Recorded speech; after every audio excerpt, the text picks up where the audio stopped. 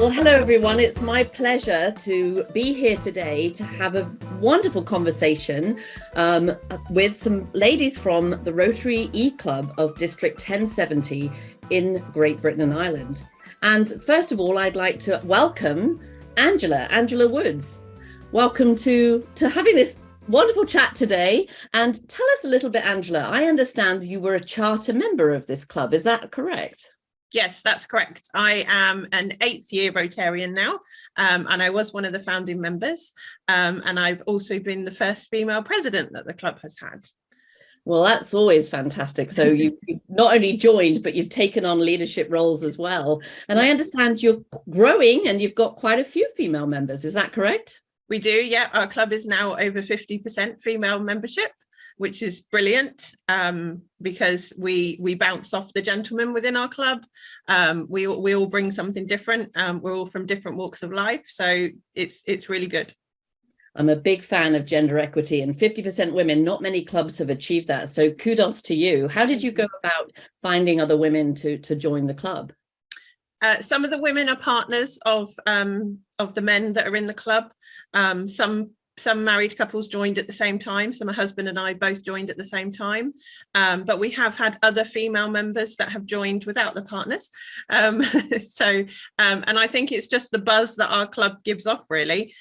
We do Rotary in a hands-on, find a need, try and fix it, and have a great time at the same time. When we're chartering a club, we always have to get to that magic number of 20. And sometimes it's not easy to find that last member to make the magic number. But I understand you had a little trick up your sleeve. What was that? I did. I asked my mum. I asked my mum to join. She wasn't a Rotarian before, and I said, "Please, we're starting this new club. Lots of us were new to Rotary, but we had some members that were previous Rotarians." And I said, "It's online," because she lived quite far away as well. So she said, "Sure, sign me up." Well, that sounds like a wonderfully supportive mum. Come on, let's meet your mum, Tracy, if we could. Hi, how are you doing tonight? Great, thank you, Tracy. How are you? I'm good, thank you. So, did your daughter Angela have to strong arm you into this, or what did you know about Rotary before? I didn't know anything about Rotary, not a thing. I'd never heard of it before, and I've lived in 3 countries, and not once did I come across it. So Angela likes to volunteer a lot, and to get me to join in with her. So I figured it was just another volunteer organisation. So I was like, yeah, okay, I will. I'm on board. And so you just thought you just get in and try it. And how's that felt for you so far? Oh, brilliant. It's been fantastic. It's a whole new family is what it is. It's an extended family, I should say. And yeah, our club is very unique. And I was lucky to be able to join it because we're online. It didn't matter if I went to meetings or if I didn't come to meetings, if I could make an event or not. We're really relaxed. That sounds lovely. And you're very inclusive, I understand, as a club in many ways, multi-generational, diverse gender, and other aspects. I think you were telling me, Tracy, about how inclusive you've experienced the club to be. Yeah, disability. I'm in a wheelchair. I'm a very high amputee, and our club makes sure that everybody can access an event. So we make sure there's ramps. We make sure that there's a chair that's taken away before you get there, so you're not made a spectacle of, and things like that. So it's been really good for me. They're really good. And we've also got another member since in a wheelchair because she felt comfortable knowing that we'd already got somebody, and that we are all inclusive. Oh, I think that's fantastic. We'll get on in a minute to hear about some of the amazing projects you're doing. But before we do that, it's amazing to me that there's 2 women from the same family in one club. But I understand it's not just 2. No, we have another one. We have another generation. My granddaughter, my daughter's daughter, Jasmine, is also a Rotarian. Jasmine, can we meet Jasmine as well? Oh my goodness. Hello. Hi, Jasmine. And how old are you, Jasmine? 21. Wow, 3 generations of women in the same club. And how did you get involved then? So with mum and nan being involved and dad as well, it was just kind of helping out on the weekends and stuff. When I was younger, the club's very family orientated. So there's always other children that used to come as well. And then I wanted to start up an interact club at my school, which I did. And then when I turned 18, I joined as a Rotarian. And you were the president of that interact Yes. club, is that Yes. right? And that sounded like you did some fantastic projects. Well, before we talk about the projects, I have a very special surprise guest to include you and introduce you all to. Somebody who we all have to be very grateful to, because she is the lady who helped us be included in Rotary right from the very start. She's the one who broke that ceiling and made sure that women were included in Rotary. So would you like to meet her? Yes, please. Sylvia Whitlock. Let's see if we can welcome Sylvia Whitlock all the way from California. Sylvia, I understand you're en route to the airport, but you couldn't afford to miss the opportunity to meet 3 generations of women from the same Rotary Club. I know, that's amazing. But hey, it points the direction to some of the things we can do. We can have a family Rotary. There we go. Absolutely. All right. My daughter, when she was alive, entertained at Rotary meetings and did a lot of things with Rotary, but never really became a Rotarian before she died. But she loved Rotary and the things that we did. Well, I think it's great that you've had 3 members, 3 generations in this Rotary, in the same Rotary Club, which means you haven't moved much around. You're still in the same general area. But the thing about Rotary today is that you don't have to live in the town where your Rotary Club is.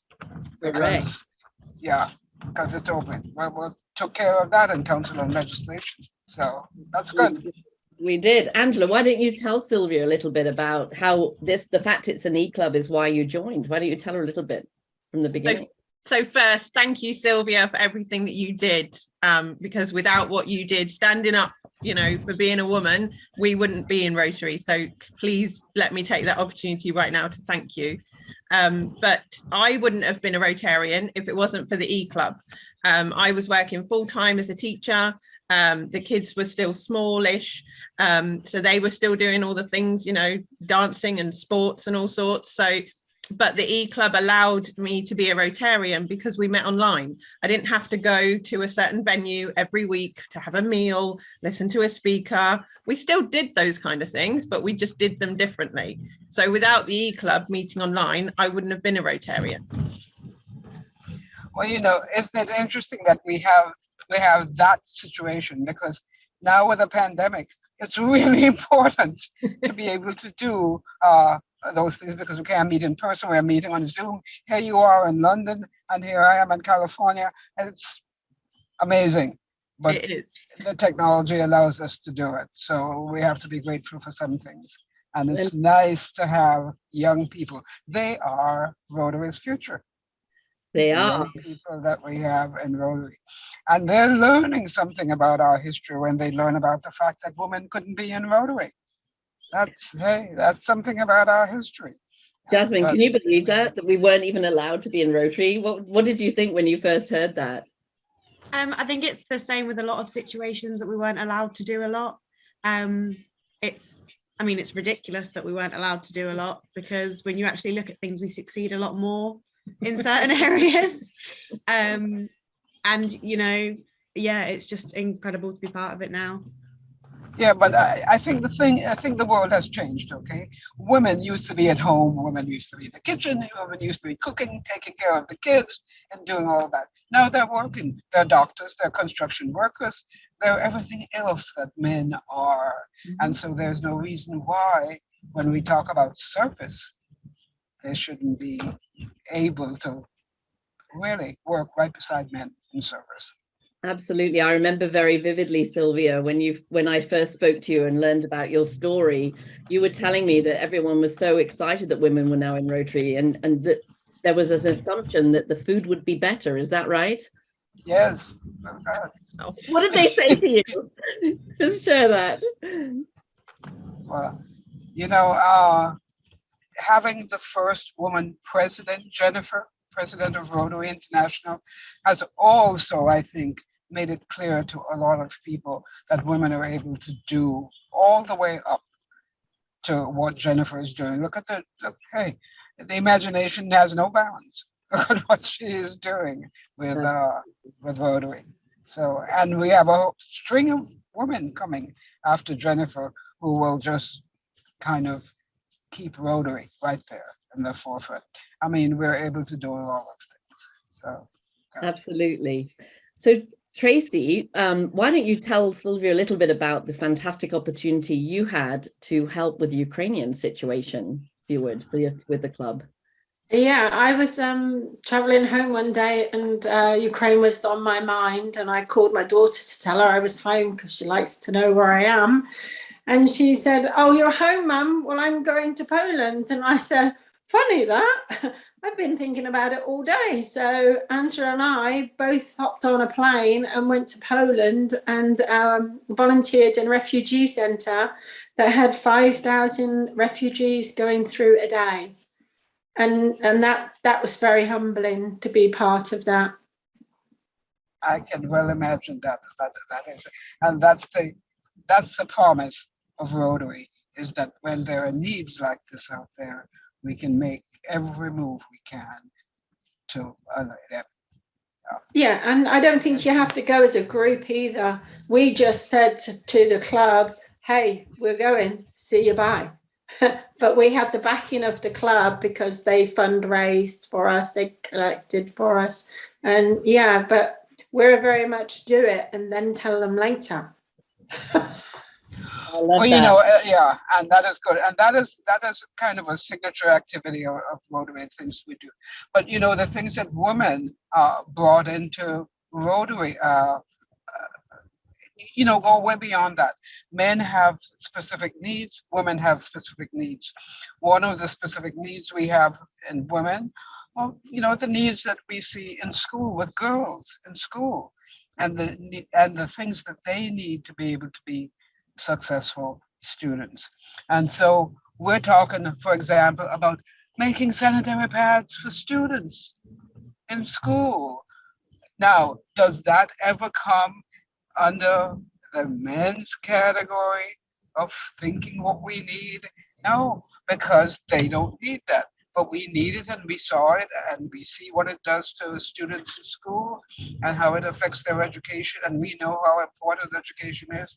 And so we've gone into that, and we have men working right alongside us in those fields. So fantastic. It's definitely better together when all generations work together and all sectors, all genders work together. And actually, I know you weren't able to join them in Poland, but I understand you have a great project, to Sylvia's point, that does help children get to school and children in need, and around collecting coats. So could you tell us a little about that? So with Mum being a teacher, she obviously sees firsthand children that come from families that can't necessarily afford certain things, such as kids just showing up to school with a coat when it's cold. So we saw this need for it, and we started Coats for Kids, which allowed people to buy a voucher, which then got sent to either a school of their choice or one that we knew was in the local area that had children that had a need for this. The parents then got given the voucher, were able to shop online to the website that we kind of created, so that the kids got a brand new coat. They didn't know it was gifted from somebody else. It wasn't like a handout. It was a new coat, and the kid could go to school and be warm. It's a thoughtful project, right, Sylvia? Yes, that's just what we want. That's what we need. Well, yeah. So it's such a thrill to see each generation relating to the needs that there are. And you know, Jasmine, is Jasmine the youngest? Yes. Yeah, you know, her children, what is the line? If you give it to a woman, if you teach it to a woman, the world will have it. So that's where we're going to go. That's where we're going to go. Each generation will bring the succeeding generation. Absolutely. And we'll work on it. I'm so happy to have met these three ladies, and and to see what is possible. When Jennifer said, "Let your imagination just run," this is what they have already done, and now other people can see. So, Absolutely. And look what you started, Sylvia. What an opportunity you've given to all of us and to all future generations. you know what's interesting? I need to say this, okay? Because people always say, "Look at what you started." I didn't start it. A gentleman started this. Our superintendent of schools started this and invited me to join Rotary. What I did in Rotary was, okay, so I was the first person Rotary trained to be a Rotarian as a president. But I also thought that I would represent women with some integrity, with some intelligence, and so on. So people men looking in could see that, hey, it's okay. The women can do that, and they will. If they're able to, here they are.